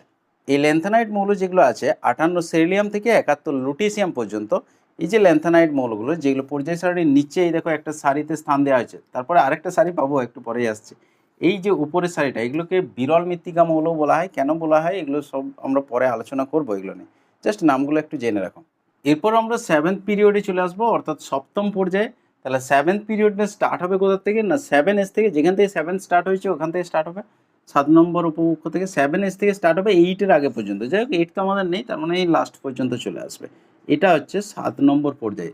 অর্থাৎ 7 নম্বর পর্যায়ে কোন কোন অরবিটাল থাকলো 7s 5f, আচ্ছা তারপরে 6d আর 7p, এই অরবিটালগুলো থাকলো, অর্থাৎ ষষ্ঠ পর্যায়ের মতোই দেখো। এবং এক্ষেত্রে কতগুলো ইলেকট্রন থাকতে পারে টোটাল, তাহলে এসে দুটো, এফে হচ্ছে 14টা, ডিতে হচ্ছে 10টা আর পিতে হচ্ছে 6টা, অলরেডি আমরা জানি। তাহলে 2 আর 14 16 আর 10 26 আর 6 হচ্ছে 32, আগেরটার মতোই টোটাল হচ্ছে 32টা ইলেকট্রন প্রবেশ করবে, তাহলে 32টা মৌলও থাকবে এর ক্ষেত্রে। এবং আগের মতোই দেখো প্রথম যে মৌলটা হবে সেটা 7s1 দিয়ে স্টার্ট হবে, এটা হচ্ছে 87 নম্বর মৌল যেটা আছে, অর্থাৎ ফ্রান্সিয়াম দিয়ে স্টার্ট হচ্ছে দেখো প্রথম যে মৌলটা। তারপরটা 7s2 হবে, রেডিয়াম আসবে। তারপরটা দেখো এটা দেখো রেডিয়ামটাও দেখিয়ে দিচ্ছে, এটার ক্ষেত্রেও দেখিয়ে দিচ্ছে, অর্থাৎ 88-তে রেডিয়াম আছে 7s2। নেক্সট দেখো 89 যেটা থাকবে, 89 হচ্ছে অ্যাক্টিনিয়ামের ক্ষেত্রে 7s2 এর পরে আমাদের 5f-এ ভর্তি হওয়ার কথা, কিন্তু প্রথম যে মৌলটা আসবে না এফে না ঢুকে ডি এ ঢুকে যায়। আচ্ছা তাহলে 5f 0 রেখে 6d1 হয়ে যায়, এটাও একটা ব্যতিক্রম অ্যাক্টিনিয়াম যে মৌলটা আছে। এবং তার পরের মৌলগুলোর ক্ষেত্রে এফে ভর্তি হতে শুরু করে, ডিটাও এরকম 1 হয়ে রয়ে যায়, ঠিক ওই ল্যান্থানামের মতো, অর্থাৎ ডিটা দেখো 1 হয়ে রয়ে যাচ্ছে এই ক্ষেত্রে। এবং তারপরে যে মৌলগুলো আছে 90 থোরিয়াম থেকে আমাদের শুরু হচ্ছে, তখন আবার এফে ইলেকট্রন ভর্তি হতে শুরু করে, অর্থাৎ 7s2 5f1 6d1। আচ্ছা তারপরটা থোরিয়ামের পরে যদি যাও তাহলে 5f2 হবে, এরপরটা 5f2 হবে, তারপর 5f3 হবে, এরকম পরপর 14টার ক্ষেত্রে ভর্তি হতে শুরু করে। এবং থোরিয়াম থেকে যায় একদম লরেন্সিয়াম পর্যন্ত, 103 লরেন্সিয়ামটা যদি দেখো তাহলে এর ক্ষেত্রে কি আসবে, এফটা পুরো ফুলফিলড হয়ে যাবে, অর্থাৎ 7s2 5f14, আচ্ছা 6d1, d1 হয়ে রয়ে গেছে। তারপরে যে মৌলগুলো আসবে সেগুলোতে আবার ডিটা ভর্তি হবে, দেখো ডিতে আবার 10টা ঢুকবে, তারপরে পিতে আবার 6টা ঢুকবে, এবং লাস্টে গিয়ে 118 নম্বর যে মৌলটা পাবে সেটা একটা নিষ্ক্রিয় গ্যাস হবে। এবং তার ক্ষেত্রে সবগুলোই এখানে যে মৌলটা পাবে সেটাকে বলা হচ্ছে ওগানেশন বলা হয়। যদি এখন এখানে যে মৌলটা পাবে সেটাতে সব ফুলফিল থাকবে, যদি দেখাও তাহলে 7s2 5f14, আচ্ছা 6d10 7p6। এখন তোমাদের কি এই সব নামগুলো মনে রাখতে হবে এমন নয়, এগুলো সব মনে রাখতে হবে না, জাস্ট আমি তোমাদেরকে কনসেপ্টটা ক্লিয়ার করার জন্য দেখিয়ে দিচ্ছি। তাহলে প্রথমে কি হলো, 7s ইলেকট্রন ভর্তি হতে শুরু করলো, তারপরে এফটা না করে ডি একটা হয়ে গেল, সেটা হচ্ছে অ্যাক্টিনিয়ামের ক্ষেত্রে, এবং তারপরে এফে 14টা ভর্তি হলো, ডিতে একটা হয়ে রয়ে গেল। থোরিয়াম থেকে 90 থোরিয়াম থেকে এখানে লরেন্সিয়াম পর্যন্ত, ঠিক আছে। তাহলে এই যে 14টা মৌল এগুলো অ্যাক্টিনিয়ামের পরবর্তী মৌলগুলো, তাহলে এগুলোকে বলা হচ্ছে অ্যাক্টিনয়েডস বা অ্যাক্টিনাইড মৌল, যেহেতু অ্যাক্টিনিয়ামের পরবর্তী এগুলো, তাহলে অ্যাক্টিনাইড মৌল বলা হয়। এবং এই 14টা মৌলকেও পর্যায় সারণীতে স্থান দেওয়া যায়নি, এগুলো ওই দেখো এখানে নিচে রাখা হয়েছে, যেমন আগেরটাতে আমরা দেখেছিলাম ল্যান্থানাইড মৌলগুলো, তার নিচেই অ্যাক্টিনাইড মৌলগুলোকে এইভাবে নিচে স্থান দেওয়া হয়েছে 14টা মৌলকে। এবং বাকি যে মৌলগুলো যেগুলো ডিতে ঢুকছে বা পিতে ঢুকছে এবং এসে ঢুকছে, এগুলো সব পর্যায় সারণীতে স্থান দেওয়া হচ্ছে। কারণটা তো আগেই বললাম যে এখানে টোটাল আছে আমাদের 18টা শ্রেণী, কিন্তু তোমাদের মৌল পাওয়া যাচ্ছে এখানে 32টা। তাহলে যেহেতু 32টা, তার মানে তো ধরবে না, তখন ওই 14টাকে নিচে স্থান দিয়ে দেওয়া হচ্ছে। তাহলে টোটাল এখানে মৌল বোঝা গেল 32টা। যদিও এই 32টা মৌলের মধ্যে যে লাস্টের দিকে যে মৌলগুলো, এগুলো হচ্ছে কৃত্রিমভাবে তৈরি করা হয়েছে, মানুষ এগুলোকে তৈরি করার চেষ্টা করেছেন এবং বিভিন্ন সায়েন্টিস্টরা তৈরি করে এগুলোকে সায়েন্টিস্টদের নাম অনুযায়ী ম্যাক্সিমাম নাম দিয়ে দেওয়া হয়েছে, দেখবে। আর তোমাদের এর পরবর্তী ক্লাসে দেখবে আমরা একটা জায়গা পাবো যেখানে 100-র বেশি যে মৌলগুলো তাদের নামকরণের একটা বিশেষ রুল আছে, খুব মজাদার একটা রুল আছে। সেই রুলটা এর পরবর্তী ক্লাসে আমরা পাবো হয়তো। এখানে তোমাদেরকে আরেকটা ইনফরমেশন দিয়ে রাখি, এই যে নিচে যে 14টা করে মৌল দেওয়া হয়েছে, অর্থাৎ ল্যান্থানামের পরে যে 14টা মৌল সেলিয়াম থেকে লুটেসিয়াম পর্যন্ত, বা অ্যাক্টিনিয়ামের পরে থোরিয়াম থেকে লরেন্সিয়াম পর্যন্ত, এই যে 14টা মৌল, এই মৌলগুলো যেগুলো এফ অরবিটালে ইলেকট্রন প্রবেশের ফলে আমাদের তৈরি হয়েছে, এই মৌলগুলোর অ্যাকচুয়ালি গ্রুপ তাহলে কী হবে? এদের পর্যায় না হলে বোঝা গেল যে এখানে ল্যান্থানামের যে পর্যায়টা, সেই পর্যায়েই বাকি মৌলগুলো এখানেই রয়েছে, ঠিক আছে। কিন্তু এদের গ্রুপ কি? গ্রুপ হবে এটাই, মানে একটা ঘরেই 14টা মৌলকে স্থান দেওয়া হয়েছে, এটা একটা পর্যায় সারণী বলতে পারো ড্রব্যাক। এই 14টা মৌলের জন্য আলাদা আলাদা গ্রুপ নেই, এদের একটাই গ্রুপ, সেটা হচ্ছে 3 নাম্বার গ্রুপটা, একটু পরে আমরা আলোচনা করব। সেই রকম এই অ্যাক্টিনিয়াম, এখানে অ্যাক্টিনিয়ামটা স্থান, অ্যাক্টিনিয়ামের পরবর্তী যে 14টা মৌল অর্থাৎ থোরিয়াম থেকে লরেন্সিয়াম পর্যন্ত, এরা সবাই অ্যাক্টিনিয়ামের সাথেই একটা ঘরেই থাকে, অর্থাৎ গ্রুপ হচ্ছে 3 আমরা বলতে পারি। গ্রুপ নিয়ে একটু পরে আলোচনা করছি। যাই হোক, পর্যায় সারণীতে পর্যায় বিষয়টা আশা করি বোঝা গেল, এবং ইলেকট্রন বিন্যাসের সাথে সাথে এইভাবে পর্যায়টা পরপর ভর্তি হয়। এখানে তোমাদেরকে খুব বেশি মস্তিষ্ক খাটাতে হলো, একটু ভালোভাবে বুঝতে হলো। যাই হোক, যতটা সম্ভব বুঝে রাখবে, মানে এটা তোমাদের শুধুমাত্র কনসেপ্টটাকে ক্লিয়ার করে দেবে, আর কিছু নয়। পর্যায় সারণী সম্পর্কে একটা দৃঢ় কনসেপ্ট হয়ে যাবে, এবং পরবর্তীকালে ইনঅর্গানিকের বিষয়গুলো দেখবে পড়তে খুব সুবিধা হবে, আর কিছুই নয়। মানে এটা এমন নয় যে পুরো শেষ পর্যন্ত তোমাদেরকে মনে রাখতে হবে, এটা শুধুমাত্র তোমাদের কনসেপ্টটা ক্লিয়ার করে দেয়া, মানে পর্যায় সারণীটা দেখলেই তোমরা বুঝতে পারবে যে ব্যাপারগুলো কি আছে। তাহলে যতটা সম্ভব এই কনসেপ্টটা ক্লিয়ার রাখবে, যতটা করতে পারো। একদম সমস্তগুলো করতে হবে এমন কোনো মানে নেই। যেরকমভাবে ভর্তি হচ্ছে রুলগুলো জাস্ট একটু দেখিয়ে দিলাম তো আমি, যে কীরকমভাবে কোন পর্যায়ে কতগুলো অরবাইটাল ধরে ধরে ভর্তি হচ্ছে। তাহলে ওটা একটু করে রাখবে, তাহলে কী হবে, পরবর্তীকালের পড়াগুলো তোমার করতে সুবিধা হবে। যাই হোক, পর্যায় তো আমাদের হয়ে গেল, এরপরে আমরা চলে আসবো শ্রেণীতে। আরেকটা বিষয় বলে রাখি, তোমাদের যেটা শর্ট ইলেকট্রন বিন্যাস, যেটা আগের চ্যাপ্টারে আমি বলছিলাম মাঝে মধ্যে, সে একটা নিষ্ক্রিয় গ্যাস লিখে তারপরে একটা দুটো জাস্ট অরবাইটাল দেখিয়ে লেখা যায়। যেমন হচ্ছে আয়রনটাকে আমরা লিখতে পারি আর্গন, আর্গনের পরে 4s2 3d6, এরকমভাবে আগের ক্লাসে বলেছিলাম না, আগের চ্যাপ্টারে, যে Fe26, এটাকে আমরা এইরকমভাবেও লিখতে পারি যে আর্গন 4s2 3d6, জাস্ট এইটুকু লিখে দিলে আর্গনের ইলেকট্রন বিন্যাস হয়ে গেল। একদম 1s2 2s2 2s2 2p6 3s2 3p6 এইভাবে পরপর না যে এরকমভাবেও লিখে দেওয়া যায়। তো এই যে শর্ট ইলেকট্রন বিন্যাসটা, এইটা শিখিয়ে দেওয়া যাবে যদি এই জায়গাটা ভালো করে হয়ে থাকে, যেটা পর্যায়গুলো বললাম, তাহলে কিন্তু এটা খুব সহজেই তোমরা করতে পারবে, এবং পরের ক্লাসে আমি চেষ্টা করবো তোমাদেরকে এটা শিখিয়ে দিতে। এরপর আমরা চলে আসছি শ্রেণী বা গ্রুপগুলোতে। দেখো, যেটা ইউপাক প্রবর্তিত যে পর্যায় সারণী, যেটা দীর্ঘ পর্যায় সারণী আমরা বলছি, long form of periodic table, IUPAC এটা দিয়েছেন, ইউপাক থেকে ঠিক করা হয়েছে যে এরকমভাবে করা যেতে পারে। তো ইউপাকটার ফুল ফর্ম তোমরা আশা করি জানো, international union of pure and applied chemistry. যাই হোক, ইউপাক থেকে যেটা বলা হয়েছে সেটা হচ্ছে টোটাল গ্রুপগুলোকে 1 2 3 4 করে একদম 18 পর্যন্ত নিয়ে চলে যাওয়া হবে। 1 2 3 4 5 6 7 8 9 10 করে একদম 18 পর্যন্ত আছে। দেখো, মানে এখানে কোনো ABCD এরকম ব্যাপার নেই, একদম পুরো নাম্বার দিয়ে দেওয়া হয়েছে গ্রুপগুলোকে, 18টা গ্রুপের জন্য 18টা নাম্বার। এটা হচ্ছে ইউপাক প্রবর্তিত যে পর্যায় সারণীতে যে গ্রুপের নিয়মটা, গ্রুপ সংখ্যা লেখার নিয়মটা। AB করে একটা অবশ্য করে রাখতে পারো, যেটা হচ্ছে ক্যাশ ভার্সন আমরা বলতে পারি, CAS, কেমিক্যাল অ্যাবস্ট্রাক্ট সার্ভিস। এটা হচ্ছে আমেরিকান প্রথা। আমেরিকান প্রথাতে গ্রুপ 1টাকে 1A বলা হচ্ছে, 2টাকে 2A বলা হচ্ছে। এখানে দেখো একটু টুইস্ট আছে ব্যাপারটাতে, মানে 1A 2A, তারপরে 3তে 3A না হয়ে এখান থেকে B শুরু হয়ে যাচ্ছে, মানে যেখানে এসে ডি অরবিটালে ইলেকট্রন ঢুকছে ওগুলো সব B শুরু হয়ে যাবে গ্রুপগুলো। তাহলে এটা হচ্ছে 3B, এটা 4B, ব্যাপারটা বোঝা যাচ্ছে, 5B, 6B, তারপরে আসবে 7B, আচ্ছা 8B, দেখো 8B আমাদের 3টে থাকবে, 8B, এটা একটা 8B, আচ্ছা এটা একটা 8B। তারপরে দেখো এখানে 8B পর্যন্ত তো আমাদের হয়ে গেল, তাহলে 8-এর বেশি হবে না, তো এ তো 8-এর বেশি হবে না, বি তো 8-এর বেশি হবে না। তাহলে বি এর ক্ষেত্রে আমরা যেটা দেখব যে এইটা দেখো 3B থেকে স্টার্ট হয়েছে, 8Bতে যে শেষ হয়েছে, 1B 2Bটা তো নেই, তাহলে এই 11 আর 12তে 1B আর 2Bটা হবে, 1B 2B, বোঝা যাচ্ছে। তাহলে এইখানে মাঝের 10টাতে আমরা বিগুলো সব ভরে দিলাম। এরপরে থ্রিটা যখন শুরু হচ্ছে, এখানে দেখো 3, এটা আর বি আসবে না, তাহলে বি তো সব শেষ হয়ে গেছে, এ দুটো হয়েছিল, এখানে এ আসবে আবার 3A, এটা হবে 4A, মানে এগুলো বুঝতে পারছো, এস এর দুটো আর পি এর লাস্টের ছোটা, এগুলো হচ্ছে এ। আচ্ছা 5A, 6A, এটা হবে 7A, আর এটা হচ্ছে 8A, বা আমরা 0 বলি, তাই তো। তাহলে এইটা হচ্ছে আমাদের ক্যাশ ভার্সন, অর্থাৎ কেমিক্যাল অ্যাবস্ট্রাক্ট সার্ভিস, যেটা আমেরিকান প্রথা। যেটা ম্যান্ডেলিপের প্রথা আমরা বলতে পারি, বা ইংল্যান্ডীয় যেটা প্রথা, সেইটা কিন্তু এর সাথে মিল নেই। সেটাতে কি আছে, সব এগুলো আগে করে দেওয়া হয়েছে, অর্থাৎ 1A 2A 3A 4A 5A 6A 7A 8A 3টে দেওয়া হয়েছে, বা সেখানে এ শেষ হয়ে গেছে, তারপরে 1B 2B 3B 4B 5B 6B এরকম করে পরপর আবার বিগুলোকে এই ধারে দেওয়া হয়েছে। সেটা হচ্ছে ম্যান্ডেলিপ প্রথা বা ইংল্যান্ডিয়ান প্রথা আমরা বলতে পারি। তো আমাদেরকে যেটা করতে হবে, দেখো ইউপাক প্রসেসটা আমাদেরকে অবশ্যই করতে হবে, আর এই ক্যাশ ভার্সনটা পারো তো একটু করে রাখবে, কারণ ক্যাশ ভার্সনটা অনেক সময় আমাদের কিন্তু থাকে।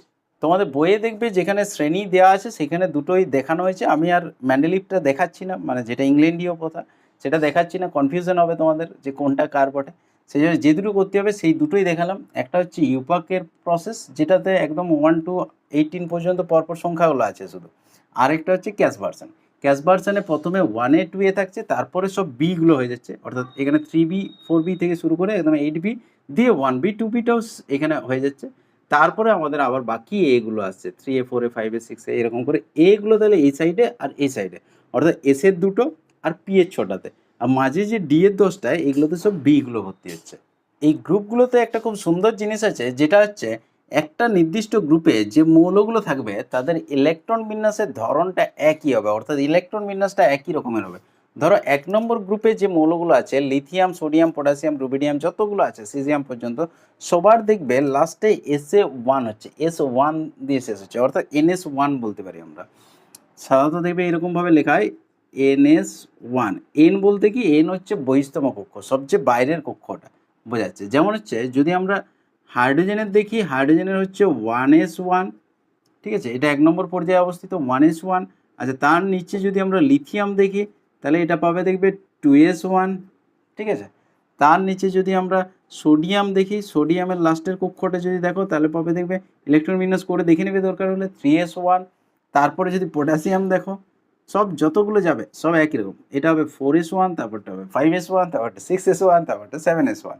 তো যাই হোক, তার মানে বলতে পারি আমরা NS1। এন বলতে বহিস্তম কক্ষ, সবচেয়ে বাইরের কক্ষটা হচ্ছে এন, বোঝাচ্ছে।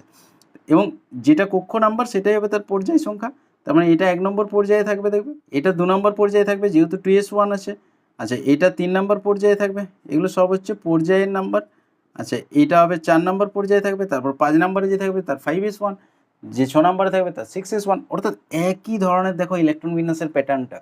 যেহেতু ইলেকট্রন বিন্যাসটা একই রকম, তাহলে এদের ধর্মটাও দেখবে একই রকম আসছে প্রায়, অর্থাৎ একই গ্রুপের যে মৌলগুলো তাদের ধর্মও কিন্তু একই ধরনের হয়।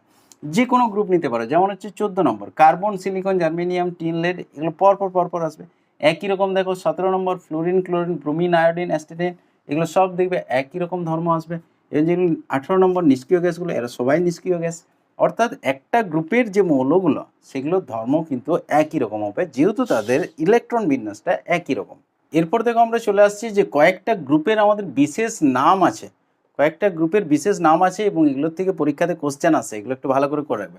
যেমন হচ্ছে যেটা গ্রুপ 1, গ্রুপ 1-এর যে মৌলগুলো আছে অর্থাৎ এই যে গ্রুপের মৌলগুলো lithium, sodium, potassium, rubidium, caesium, francium, এই সমস্ত মৌলগুলো এদেরকে বলা হচ্ছে ক্ষার ধাতু অর্থাৎ অ্যালকালি মেটাল বলা যেতে পারে।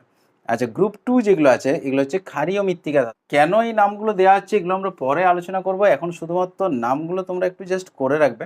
যেমন গ্রুপ 2 গুলো কি বললাম যে ক্ষারীয় মৃত্তিকা ধাতু অর্থাৎ বেরিলিয়াম, ম্যাগনেসিয়াম, ক্যালসিয়াম, ট্রনসিয়াম, বেরিয়াম এগুলো সবাই হচ্ছে ক্ষারীয় মৃত্তিকা ধাতু বা অ্যালকালাইন আর্থ মেটাল আমরা বলতে পারি। আচ্ছা, একই রকমভাবে গ্রুপ 11 যে মৌলগুলো আছে দেখো 11 কপার, সিলভার, গোল্ড এগুলোকে বলা হচ্ছে মুদ্রা ধাতু, কয়েনেজ মেটাল। এটার কারণটা তো বুঝতেই পারছো আশা করি, এগুলো আগে মুদ্রা ছিল তাই জন্য মুদ্রা ধাতু বলা হচ্ছে। যা গ্রুপ 15 যেটা আছে, গ্রুপ 15 হচ্ছে নাইট্রোজেনের যে গ্রুপটা আছে দেখো nitrogen, phosphorus, arsenic, antimony, bismuth এগুলো সমস্ত হচ্ছে নিক্টোজেন মৌল বলা হচ্ছে। দেখো নাইট্রোজেন নিক্টোজেন নামটারও মিল আছে, তাহলে নাইট্রোজেনের যে গ্রুপটা অর্থাৎ 15-এর সেগুলোকে বলা হচ্ছে নিক্টোজেন মৌল।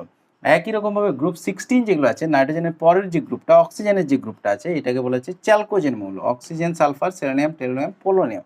এই নামগুলো তো নিয়ে তোমাদের চিন্তা নেই, এই নামগুলো সব পরবর্তীকালে দেখবে হয়ে যাবে এবং এক একটা গ্রুপে কারা থাকে সেই নামগুলো দেখবে হয়ে যাবে। যখন এই গ্রুপগুলো স্পেশাল স্পেশাল আলোচনা করব তখন ওই গ্রুপের যারা পরিবারের সদস্য তাদের নামগুলো অটোমেটিক হয়ে যাবে দেখবে। একই রকমভাবে গ্রুপ 17-এ আছে হ্যালোজেন মৌলগুলো অর্থাৎ ফ্লোরিন, ক্লোরিন, ব্রোমিন, আয়োডিন, অ্যাসিটিন এগুলো। আচ্ছা, তারপরে আছে গ্রুপ 18-এর নিষ্ক্রিয় গ্যাসগুলো, এগুলোকে বলা হচ্ছে নিষ্ক্রিয় গ্যাস। নিষ্ক্রিয় গ্যাসগুলো হচ্ছে হিলিয়াম, নিয়ন, আর্গন, ক্রিপ্টন, জেনন, রেডন। এগুলো থেকে কীরকম কোশ্চেন আছে তোমাদের না, এটা হচ্ছে ধরো কোনো একটা পার্টিকুলার বলে দিল যে নিক্টোজেন মৌল দুটির উদাহরণ দাও, দুটি নিক্টোজেন মৌলের উদাহরণ দাও, তাহলে তোমাকে জানতে হবে কোন গ্রুপটা অর্থাৎ গ্রুপ 15টা নাইট্রোজেন, ফসফরাস উদাহরণ দিয়ে দিলে হয়ে যাবে। এখন গ্রুপে কারা আছে তার জন্য একটু জানতে হবে। তো এই গ্রুপ সংখ্যাগুলো নিয়ে মানে গ্রুপে কারা আছে এগুলো নিয়ে খুব একটা চাপ নেই, এখন যেমন পারো করবে, করতে পারো করবে, আর না করলেও দেখবে যখন তোমাদের গ্রুপ নিয়ে আলোচনা হবে তখন হয়ে যাবে এমনিতে। আর এখন পারো তো একটু করে রাখবে, না করার কিছু নেই। আর তোমাদের অনেকেই কমেন্ট করছিলে যে মৌলগুলোকে কিভাবে মনে রাখবো, সেটা নিয়ে আমি আগে একবার বলেছিলাম, দেখবে আগে ভিডিওতে বলেছিলাম কীভাবে মৌলগুলোকে করবে, এখন আরেকবার বলে দিচ্ছি তোমাদের। দেখো পরমাণু ক্রমাঙ্ক 20 পর্যন্ত মৌল সকলেরই আশা করি মাধ্যমিক লেভেলেই করা আছে, মানে ক্যালসিয়াম পর্যন্ত। তারপরের থেকে 20 ডেলি 5টা 5টা করে করবে, ডেলি নয় সপ্তাহে 5টা 5টা করে করবে, মানে একদিন হয়তো 5টা মৌল করে নিলে অর্থাৎ 20-র পর থেকে 21-এ স্ক্যান্ডিয়াম, 22-এ টাইটেনিয়াম, 23-এ ভ্যানাডিয়াম, 24-এ ক্রোমিয়াম, 25-এ ম্যাঙ্গানিজ। জাস্ট এই 5টা শুধুমাত্র এরকম সংখ্যা দিয়ে দিয়ে বলবে, সব থেকে ভালো। কারণ ওই 11 মাধ্যমিক লেভেলে দেখবে অনেকে হা, হি, লি, বে, বো, কা, না এরকমভাবে দেখবে একটা একটা অক্ষর দিয়ে দিয়ে সাজিয়ে কেউ কবিতা করে নানা রকমভাবে করেছো, ওইভাবে করো না। এরপর থেকে তোমরা সংখ্যাটার সাথে মৌলটার নামটা অ্যাডজাস্ট করে করে করবে, তাহলে কী হবে তোমাকে আর গুনতে হবে না যে কত নম্বর মৌল, জাস্ট নামটা বললেই মৌল নাম্বারটাও খেয়াল পড়ে যাবে। তাহলে প্রথম দিনে কি করবে, 5টা মৌল শুধুমাত্র করবে, 21-এ স্ক্যান্ডিয়াম, 22-এ টাইটেনিয়াম, 23-এ ভ্যানাডিয়াম, 24-এ ক্রোমিয়াম, 25-এ ম্যাঙ্গানিজ, আর দরকার নেই 25 পর্যন্ত করলে, 25-এ ম্যাঙ্গানিজ পর্যন্ত। আচ্ছা, তাহলে 21 থেকে 25 এই যে 5টা মৌল তুমি করলে একদিন করবে, একদিন একটা টাইম জাস্ট বসে 5টা মৌল করে নেওয়া তো কোনো অসুবিধা নেই, 5টা মৌল তো ইজিলি করতে পারবে, একবার দুবার পড়লেই দেবে হয়ে যাবে। তারপরে ওইখানে ছেড়ে দাও না, ওটাকে যে কোনো সময় তুমি যখন ফাঁকা থাকবে মনে মনে একটু বলবে, এবং 5টা মৌল যখন তোমার হয়ে যাচ্ছে তখন তুমি 1 থেকে 25 পর্যন্ত, ঠিক আছে, 1 থেকে 25 পর্যন্ত মনে মনে বলবে, যে কোনো সময় বলতে পারো, এটার জন্য তোমাকে পড়তে বসতে হবে এমন কোনো মানে নেই। মানে তুমি ধরো ফাঁকা বসে আছো, একবার মনে হলো যে 5টা মৌল নতুন করেছি, তাহলে প্রথম থেকে একবার বলে নিই দেখি পাচ্ছি কিনা, তাহলে 1 থেকে 25 বলে নিলে। এরকমভাবে 1 সপ্তাহ তুমি এগুলো বলো না 5টা, কোনো অসুবিধা নেই। আর যদি কারো মনে হয় যে দুদিনেই আমার খুব ভালো হয়ে গেছে তাহলে ঠিক আছে, দুদিনেই হয়ে গেল। আচ্ছা, তারপরে নেক্সট দিন কি করবে, আমি ধরে নিচ্ছি 1 সপ্তাহ লাগবে তোমার খুব একদম ভালোভাবে গভীরভাবে মাথায় ঢুকে যেতে। তারপরে নেক্সট সপ্তাহে কী করবে, আরও 5টা মৌল করে নিলে, অর্থাৎ 26 থেকে একদম জিঙ্ক পর্যন্ত করে নিলে, মানে 26-এ তোমার আয়রন, 27-এ কোবাল্ট, 28-এ নিকেল, 29-এ কপার আর 30-এ জিঙ্ক, তাহলে আরও 5টা মৌল করে নিলে। এবং তারপরে কি করবে, ওই 5টা মৌল হয়ে যাওয়ার পরে আবার 1 থেকে 30 পর্যন্ত তুমি একবার বলে দেখে নাও মনে মনে পাচ্ছ কিনা, যদি না পারো একটু দেখে নিলে। তাহলে ওই 30টা মৌল এরপরে যে কোনো সময় তুমি একবার ফাঁকা বসে থাকলে সেই ক্ষেত্রে হয়তো একবার মনে মনে করে নিলে, বা শুতে যাওয়ার সময় তো তুমি হয়তো ঘুম ধরছে না, একবার মনে মনে করে নিলে 30টা মৌল, একবারই করবে যথেষ্ট সেটা। সারাদিনে ওইরকম একবার দুবার যে কোনো সময় করে নেবে যথেষ্ট, তোমার 1 সপ্তাহের মধ্যে পুরো মাথায় গেঁথে যাবে। এইভাবে তোমরা 30 পর্যন্ত মিনিমাম করে রাখবেই, আমি যেটা বলছি মিনিমাম 30 চাই চাই, আর যদি কেউ একটু এক্সট্রা করতে চাও সে 50 পর্যন্ত করতে পারো, বা এমনও স্টুডেন্ট আছে যে চাইবে যে পুরো পর্যায় সারণীটা করে নেবো, তা সেও করতে পারো ওইরকমভাবে, ওই একই প্রসেসে কিন্তু হয়ে যাবে, পুরো পর্যায় সারণী হয়ে যাবে যদি করবো বলো। আর একটা বিষয় তোমাদেরকে বলে রাখি, আজকে যে পর্যায় সারণী ক্লাসটা হচ্ছে, এই ক্লাসটা অনুযায়ী দেখবে তোমাদের বইগুলোতে দেখবে পর্যায় সারণী দেওয়া আছে। তাহলে ওই পর্যায় সারণীটা দেখে পর্যায় সারণীটা আঁকার চেষ্টা করবে। মানে সব মৌলগুলোর দরকার নেই, তুমি যতগুলো মৌল জানো, ধরো 20টা পর্যন্ত মৌল জানো, তাহলে পর্যায় সারণীটা পুরো এঁকে নিলে 7টা পর্যায় আর তোমার 18টা শ্রেণী। তো পর্যায় সারণীটা এঁকে নেওয়ার পর তাতে ওই 20টা মৌলকে ফিট করবে। তা পর্যায় সারণীটা একবার করে আঁকার চেষ্টা করবে, এটাতে কি হবে, তুমি পর্যায় সারণীর একবারে এক্সপার্ট হয়ে যাবে। এরপর দেখবে তোমাদের বইগুলোতে আধুনিক যে পর্যায় সারণীটা তার যে গুরুত্ব বা সেটা যে অধিক গ্রহণযোগ্য তার কারণগুলো দেওয়া আছে, রিডিং একবার পড়তে পারো, পরীক্ষাতে লাগবে না তোমাদের। এবং তারপরে পাবে দেখবে আধুনিক পর্যায় সারণীরও কয়েকটা ত্রুটি আছে, সেই ত্রুটিগুলোতে বরং আমি চলে আসছি। ত্রুটি যদি কখনো আসে একটা ধরে আসতে পারে, খুব একটা ইম্পর্টেন্ট কিছু নয় কিন্তু। যাই হোক, দেখো মজাদার বটে ত্রুটিগুলো, মানে এই পর্যায় সারণীটাতেও কিছু ত্রুটি আছে। তোমরা সায়েন্টিস্ট হয়ে যদি সেই ত্রুটিগুলো দূর করতে পারো, নতুন করে আরও কিছু পর্যায় সারণী দিতে পারো, দেওয়ার চেষ্টা করবে। যাই হোক, এইটার মধ্যেও কিছু ত্রুটি আছে, ত্রুটিগুলো জেনে রাখো। প্রথম যে ত্রুটিটা হচ্ছে পর্যায় সারণীর, প্রথম ত্রুটিটা হচ্ছে হাইড্রোজেনের অবস্থান। দেখো এই যে হাইড্রোজেনটা কিন্তু এক্ষেত্রে 1 নম্বর গ্রুপে যে আছে এমন নয়। হাইড্রোজেনকে দুটো গ্রুপে স্থান দেওয়া যায়, 1 নম্বর গ্রুপেও স্থান দেওয়া যায় আর গ্রুপ 17ও স্থান দেওয়া যায়, অর্থাৎ 1A আর 7A আমরা বলতে পারি ক্যাশ ভার্সন অনুযায়ী। তাহলে এই দুটো গ্রুপে 1 আর 17 দুটো গ্রুপেই কিন্তু হাইড্রোজেনকে স্থান দেওয়া যায়, মানে এর ইলেকট্রন বিন্যাসের ভিত্তি করে বা ধর্মের ভিত্তি করে বিভিন্নভাবে একে দুটো গ্রুপেই রাখা যায়। মিল অমিল কিছু আছে, আমরা এই চ্যাপ্টারের লাস্টের দিকে দেখে নেবো সেগুলো। তো যে কারণে কি হয়েছে, হাইড্রোজেনকে স্পেশালি কোনো একটা গ্রুপে যদি রাখা হয় তাহলে কিন্তু সমস্যা হয়ে যাবে। কারণ একটা গ্রুপে যদি রাখো তাহলে এই গ্রুপটা কি দোষ করলো, এদের গ্রুপে কেন থাকছে না, যদি এদের গ্রুপে রাখো তাহলে এই গ্রুপটা কি দোষ করলো, এদের গ্রুপে কেন থাকছে না। তার মানে বুঝতে পারছো, কোনো একটা গ্রুপে এদেরকে পার্টিকুলার ফিক্সড করা যায় না হাইড্রোজেনকে, যে কারণে হাইড্রোজেনকে একটা সেপারেট জায়গা দেওয়া হয়েছে। এই যে পর্যায় সারণীটা, এটা আমার একটু ওল্ড ফর্ম বলতে পারো, একটু কিছুটা পুরোনো দিনে। এখনকার পর্যায় সারণীগুলোতে দেখবে হাইড্রোজেনটা এই জায়গাতে আছে। এটাতেও যে হাইড্রোজেনটাকে 1 নম্বর গ্রুপে ফিক্সড করে দেওয়া হয়েছে এমন নয়। এ দেখো হাইড্রোজেনের চারপাশটা দেখো একটা হলুদ কালারের বর্ডার যদি দেখা যাচ্ছে, একটু দেখতে পাবে, এবং তোমাদের বইগুলোতেও দেখবে আলাদা জায়গা দেওয়া হয়েছে, হলুদ কালারের একটা বর্ডার দেখা যাচ্ছে। দেখো এটা কিন্তু বর্ডার নয়, এটা হচ্ছে এই যে ব্যাকগ্রাউন্ডটা পর্যায় সারণীর, এই ব্যাকগ্রাউন্ডটা, অর্থাৎ হাইড্রোজেন মৌলটাকে একটু তুলে রাখা হয়েছে, একটু ও দেখো আসমানে আছে। অর্থাৎ বলতে পারা যায় যে হাইড্রোজেনটা কিন্তু এই গ্রুপে যে ফিক্সড তা নয়। যেমন লিথিয়াম, সোডিয়াম, পটাশিয়াম আছে, এদের যেমন দেখো একটা ব্ল্যাক বর্ডার রয়েছে এবং ফিক্সড রয়েছে একটার সাথে আরেকটা। হাইড্রোজেনটা কিন্তু ভালো করে লক্ষ্য করে দেখো এরকম এদের মতো ফিক্সড নেই, ও দেখো একটু আলাদা ছেড়ে আছে এদের থেকে। তার মানে হাইড্রোজেনকে পার্টিকুলার 1 আর 17 তার মধ্যে কোনো একটা গ্রুপে কিন্তু বসানো যায় না। এবং সেই কারণে বিজ্ঞানীরা এখন কি করেছেন, যে হাইড্রোজেনকে পুরোপুরি একটা আলাদা জায়গায় পর্যায় সারণী এরকম মাঝ বরাবর দেখবে হাইড্রোজেনটাকে রেখে দিয়েছেন। তার মানে হাইড্রোজেনের অবস্থান এটা একটা ত্রুটি আমরা বলতে পারি, ঠিক আছে। দ্বিতীয় ত্রুটি আরেকটা হয়, যেটা হচ্ছে হিলিয়ামের অবস্থান। মানে প্রথম পর্যায়ে দুটো মৌলের ক্ষেত্রেই ত্রুটি দেখা যাচ্ছে। হিলিয়ামের যদি আমরা অবস্থান দেখি, হিলিয়ামটা কোথায় আছে, নিষ্ক্রিয় গ্যাসের দিকে আছে, কিন্তু হিলিয়ামের ইলেকট্রন বিন্যাস করো, হিলিয়াম হচ্ছে 2, তাহলে 1s2 ইলেকট্রন বিন্যাস যদি করো, 1s2 মানে এটা ns2 এর মতো আসছে। ns2 কাদের ইলেকট্রন বিন্যাস, ns2 হচ্ছে গ্রুপ 2 এর মৌলগুলোর ইলেকট্রন বিন্যাস। এগুলো সব ns1, এগুলো ns2, এরকমভাবে পরপর দেখবে পাবে পরবর্তী, এগুলো ns, তারপরেটা ns2 n-1 d1, এগুলো পরে আমরা নেক্সট ক্লাসে যখন গ্রুপ হবে তখন এগুলো ভালো করে বলে দেওয়া হবে।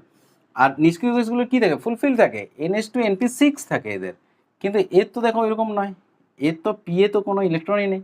মানে যেগুলো নিষ্ক্রিয় গ্যাস হয় গ্রুপ 17গুলো, এগুলো সবার দেখবে থাকবে ns2 np6, একদম ফুলফিল থাকে। যদি ভিতরে ডি থাকে তাহলে ডিটাও ফুলফিল থাকে। কিন্তু হিলিয়ামে দেখো 1s2 মানে ns2 এর মতো, ns2 কাদের, এটা হচ্ছে গ্রুপ 2 এর। তাহলে হিলিয়ামটাকে ইলেকট্রন বিন্যাস অনুযায়ী যদি আমাদের পুরো পর্যায় সারণীটিকে সাজানো হয়েছে, তাহলে হিলিয়ামটাকে গ্রুপ 2 এ রাখার কথা। কিন্তু ধর্মের মিল আছে কাদের সাথে, নিষ্ক্রিয় গ্যাসের সাথে, হিলিয়ামটাও নিষ্ক্রিয় গ্যাস, সেই কারণে গ্রুপ 18 এ স্থান দেওয়া হয়েছে হিলিয়ামটাকে। তাহলে এটাও একটা ত্রুটি বলতে পারো, কারণ ইলেকট্রন বিন্যাস অনুযায়ী যদি সাজাও তাহলে একে গ্রুপ 2-তে রাখার কথা, কিন্তু তুমি রাখছো গ্রুপ 18-এ। তার মানে এটাও এক ধরনের ত্রুটি হিসাবে দেখা যেতে পারে। 3 নম্বর ত্রুটি হলো যেগুলো হচ্ছে ল্যান্থানাইড মৌলগুলো রয়েছে এবং অ্যাক্টিনাইড মৌলগুলো রয়েছে। এই যে 14টা করে মৌল, ল্যান্থানাইড মৌলগুলো সব ল্যান্থানামের সাথে এখানে থাকছে, আর অ্যাক্টিনাইড মৌলগুলো সব অ্যাক্টিনিয়ামের সাথে এখানে থাকছে। তাহলে এই 14টা করে মৌলকে পর্যায় সারণীতে তো স্থানই দেওয়া যায়নি, এদেরকে তো একদম নিচে রেখে দেওয়া হয়েছে। তাহলে এটাও একটা পর্যায় সারণীর ত্রুটিই বলতে পারো। তার মানে 3 নম্বর ত্রুটি আমরা বলতে পারি ল্যান্থানাইড আর অ্যাক্টিনাইডগুলোর জন্য স্থানের অভাব, এটা আমরা বলতে পারি। কারণ ল্যান্থানাইড অ্যাক্টিনাইডগুলোকে মূল পর্যায় সারণীতে স্থানই দেওয়া সম্ভব হয়নি, তাহলে এটাও একটা ত্রুটির মতোই দেখতে পারো। যদিও এই এতগুলো ত্রুটির মতো প্রায় দেখা যাচ্ছে, এগুলো ঠিকঠাক ত্রুটিও বলা যায় না যদিও, তাও এগুলো ত্রুটির মধ্যেই পড়ছে। তাহলে এই ত্রুটিগুলো থাকা সত্ত্বেও কিন্তু দীর্ঘ পর্যায় সারণটা এটার কিন্তু গুরুত্ব অপরিসীম।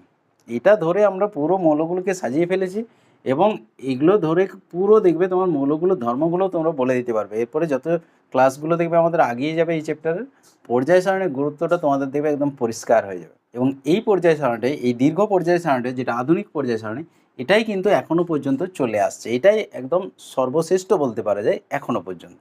এরপর তোমরা সায়েন্টিস্ট হয়ে যদি কেউ আরও ভালো কিছু দিতে পারো সেটা অবশ্যই গ্রহণযোগ্য, অবশ্যই সেটা আমিও চাই যে তোমরাও কিছু একটা নতুন ইনভেনশন করে দেখাও। আজকে তাহলে তোমাদের দীর্ঘ পর্যায় সারণী নিয়ে ডিটেলস ক্লাস হয়ে গেল। এরপর নেক্সট দিন আমাদের ব্লক বিভাজন এগুলো করবো, সেগুলোতে আরও দেখবে পর্যায় সারণী নিয়ে জ্ঞানটা তোমাদের আরও গভীর হয়ে যাবে, আরও খুব ভালোভাবে বুঝতে পারবে। যাই হোক, আজকের ক্লাসটা কেমন লাগলো একটু কমেন্ট করে অবশ্যই জানাবে আমাকে। ঠিক আছে, আজ এই পর্যন্তই, দেখা হচ্ছে নেক্সট ভিডিওতে।